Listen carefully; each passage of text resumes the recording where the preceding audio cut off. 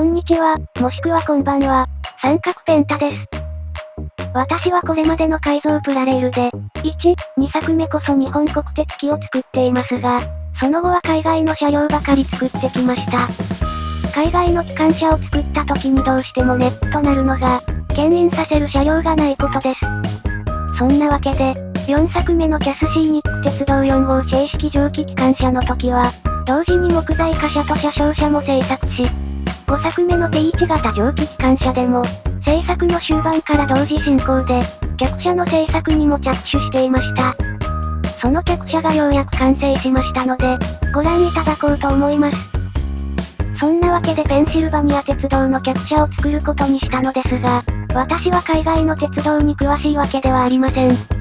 YouTube で T1 型の当時の動画を見てみましたが、その中で牽引している客車について、何をどう調べれば判明するのか見当もつきません。なのでここは潔く、加藤が販売した、ブロードウェイリミテッドの N ゲージをモチーフにして作ることにしました。T1 型はその空転伏せから、ブロードウェイリミテッドは牽引できなかったようですが、この際細かいことは気にしないことにします。それでもなるべく違和感がないように、加藤の製品の10種類の車両の中から、窓配置がなるべく特殊ではないものを選んで製作しました。今回は、トーマスシリーズのゴードンの客車を素材にして、4種類4両の車両を作りました。1両ずつご覧いただこうと思います。最初はオブザベーションカー。なるべく特殊なものは選ばないとはいえ、やっぱり後尾車はこれになります。窓が大きめな展望車ではあるもののデッキはなく、車体の後端部も比較的平面で程よい特殊さ。後端の、ブロードウェイリミテッドの表示は、この動画のこのシーンの車両を参考にしています。また、展望車の顔以外にも、車両の反対面の窓配置や屋根など、加藤の製品ページではわからない部分も、同じ動画に出てくる鉄道模型を参考に作りました。後尾車の次はこの、プルマン、10-6スリーパーにしました。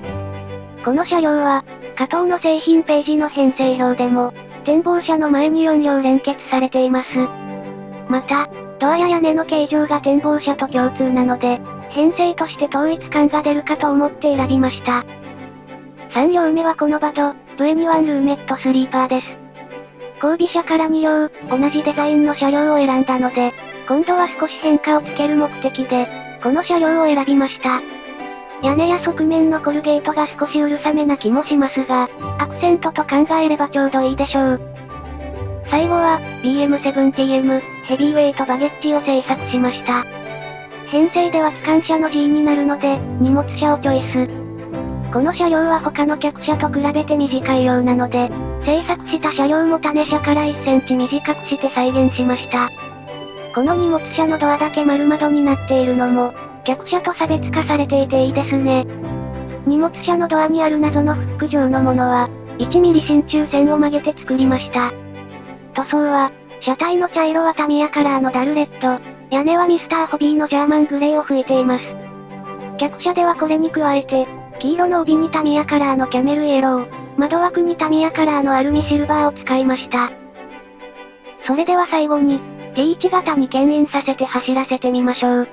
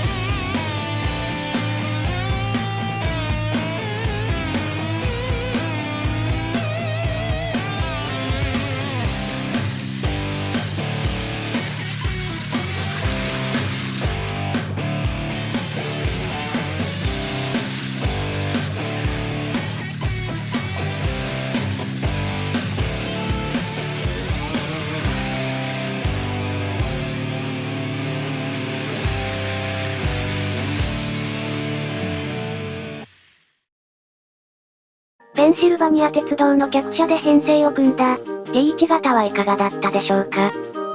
今回の客車は4両と数が多かったことから、H 型の形ができてから着手したのですが、H 型完成の達成感がすごくて、その後の製作継続に苦労することになりました。それでも私は、今回の編成を組ませて H 型の完成だなと、やっぱり思ったし、H 型の前照灯を LED 化したことも相まって、キレのある快速ぶりを見せてくれたので、作り切った甲斐がありました。満足。それではまた次の動画で。ご視聴いただきありがとうございました。